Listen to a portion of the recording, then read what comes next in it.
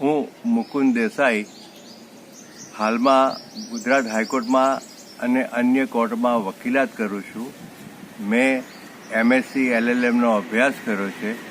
વકીલાતની સાથે સાથે હું નવગુજરાત લો કોલેજમાં પ્રિન્સિપાલ તરીકે પણ કામ કરતો હતો.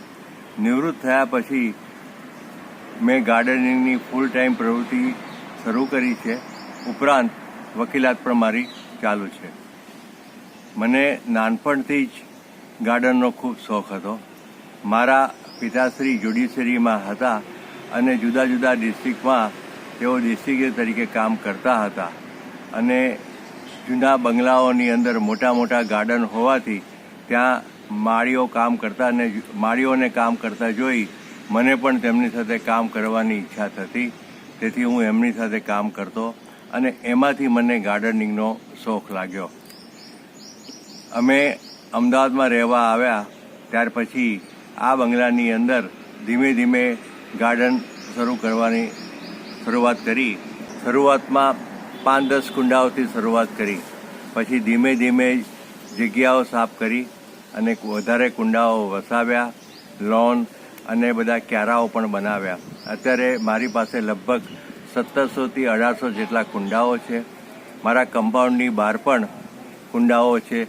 એટલે તમે જોઈ શકશો કે આખા ગાર્ડન, આખા બંગલાની અંદર સહેજ પણ જગ્યા અમે બાકી રાખી નથી અને લગભગ તમામ જગ્યાઓ વૃક્ષોથી આવરી લીધી છે.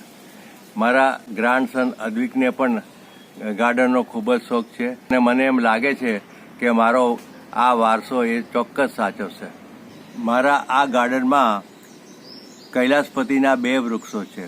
કૈલાસપતિ બહુ રેર વૃક્ષમાં ગણાય અને લગભગ 20-21 વર્ષ પછી એનું ફૂલ આવે અને એ ફૂલનો આકાર પણ અદ્ભુત હોય છે, જે શંકર ભગવાનના લિંગને મળતો આવે છે.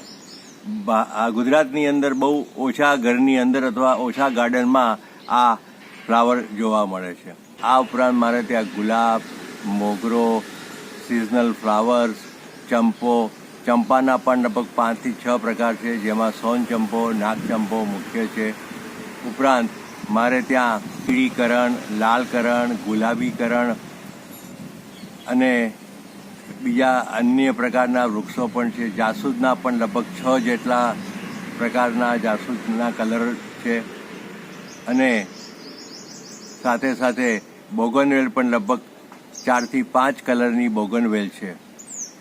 મારે ત્યાં ઔષધીય પ્લાન્ટ પણ ઘણા છે, જેમાં મુખ્યત્વે અશ્વગંધા, અરડુસી, તુલસી વગેરે.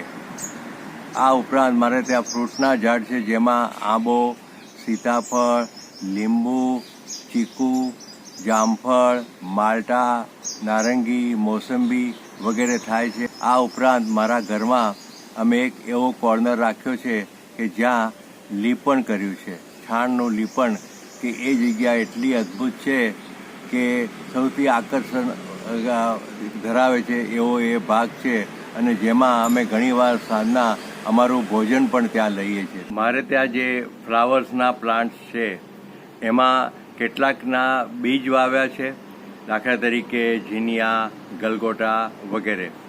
જ્યારે ગુલાબ અને એવા જે કેટલાક પ્લાન્ટ્સ છે એની કલમો પણ કરી છે.